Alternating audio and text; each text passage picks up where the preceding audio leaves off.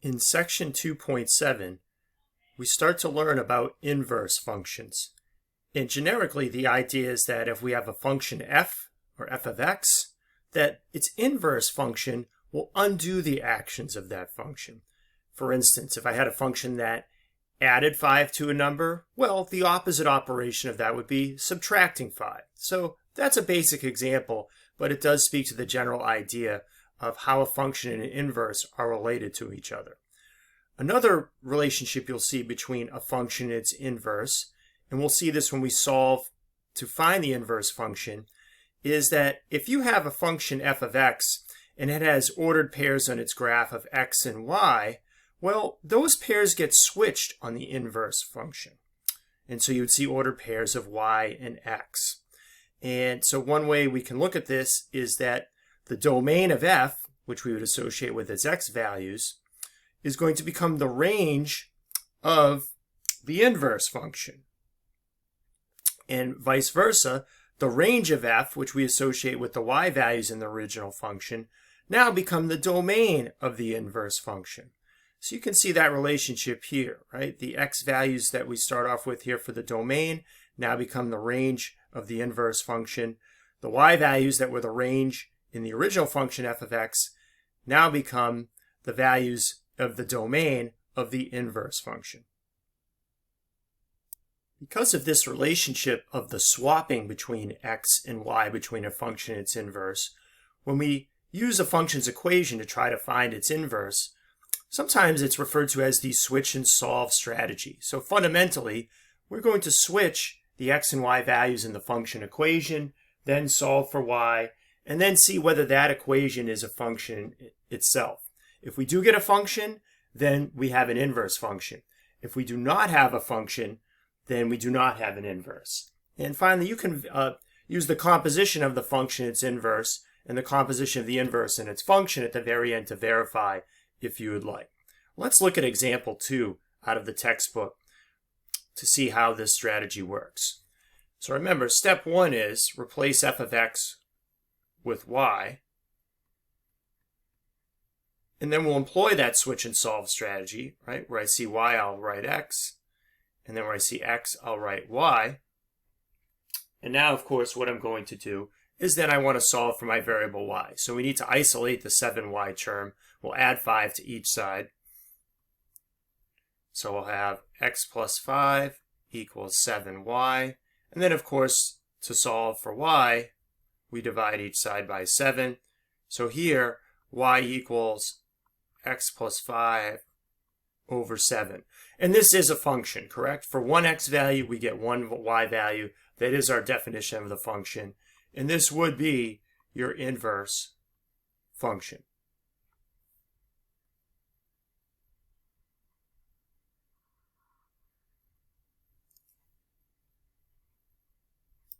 Let's look at example 3 on page 317 of the textbook. So here's our function f of x equals x cubed plus 1. Again, first step in our switch and solve strategy, replace f of x with y. So y will equal x cubed plus 1. And now, of course, we do our switch. So this y becomes x, the x cubed becomes y cubed, and there it is, x equals y cubed plus 1. And now we'd like to solve. So again, this is y cubed is the term of interest. We need to get it isolated. So we'll subtract 1 from each side. So we'll get x minus 1 equals y cubed. And now, to solve for y, we'll take the cube root of each side. So we'll get the cube root of x minus 1 equals y. And again, in this case, we have found an inverse function, right? For one x value, we will get one y value. So I'll just rewrite this. Y equals the cube root of x minus 1. And that is the inverse function.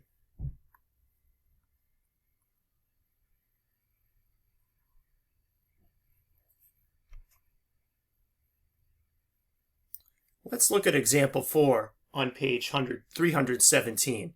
And this example is a little bit more complicated, so it's good that we cover this. So again, we'll replace f of x with y. So y will equal x plus 2 over x minus 3. And then we'll execute our switch and solve strategy. Right? So y becomes x.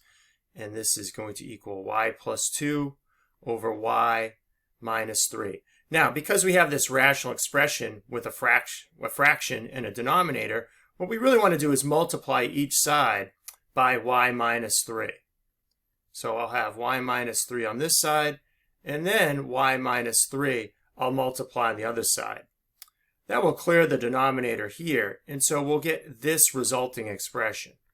X times y minus 3 equals y plus 2. So now we've eliminated the denominator in this equation we're working with. But we need to solve for y. So we need to distribute across the parentheses here. And so now we'll get xy minus 3x equals y plus 2.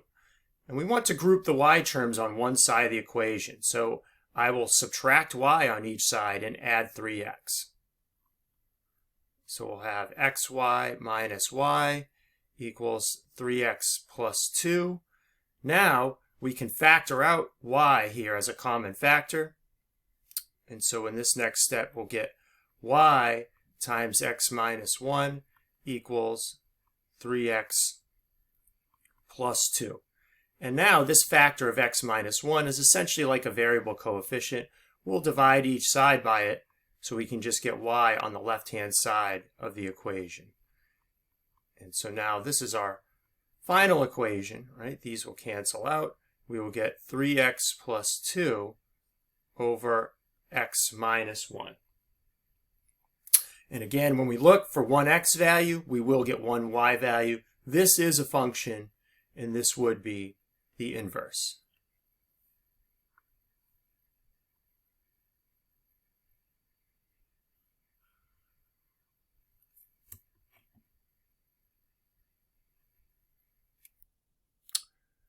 Now, to get some extra practice, do pencil problems 2A, 2B, and 2C for section 2.7.